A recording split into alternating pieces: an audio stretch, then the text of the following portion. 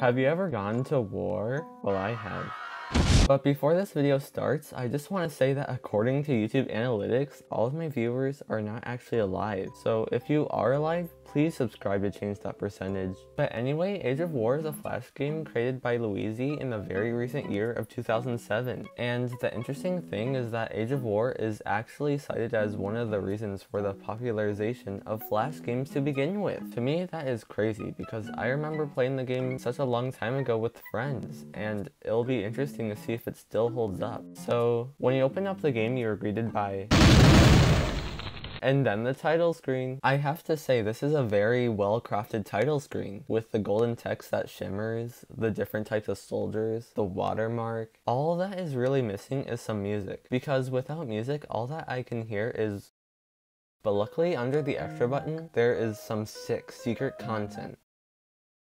It is a good drawing, but I feel now is probably a good time to explain how the game works. So basically there are two opposing sides with towers, and the goal is to murder the other team's tower.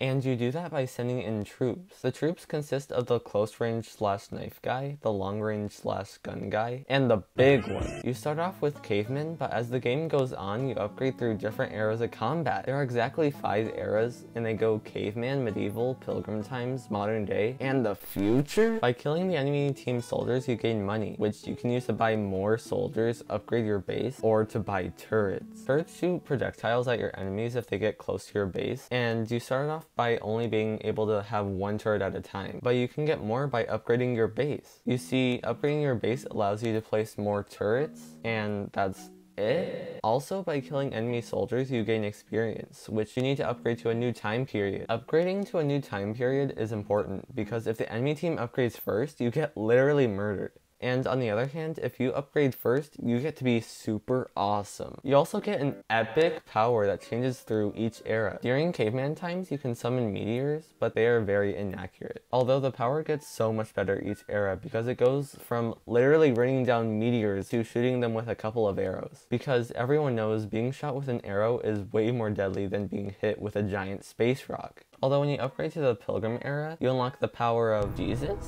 which makes the guys glow, and I don't really know what this does, but come on, these guys are glowing now. But after the Pilgrim era, the power finally becomes good again because it does that, and then finally the power becomes. The cooldown time increases as the power gets better, but that is okay because it adds more strategy. You gotta have strategy, and that is true because I just said it. The game is the most interesting when you have the people from different time periods fighting each other, because like, what is a caveman going to do against a knight? Beat it, I guess? Also, the art styles of the different time periods are kind of different, so it is just strange to see them on the screen at the same time, but I feel that also adds to the charm of the game. Anyway, the game can only end when someone's tower gets destroyed, so that means you technically don't have to upgrade to any other time periods. But why would you do that? The game has 3 difficulties: normal, hard, and impossible. And I tried all 3 of them. I started off with impossible and it was like, Then I switched to hard and it was also kind of difficult, so I turned to normal mode because only true gamers are not good at the game. Although, winning doesn't even matter because the best part of the game is the background song. The song is called Waterflame by Glorious Morning, and I hope it's royalty free. Although, to me, this is just the Age of War song, because it really fills you with the fighting spirit and literally never gets old, even though it gets repeated 700,000 times as you play.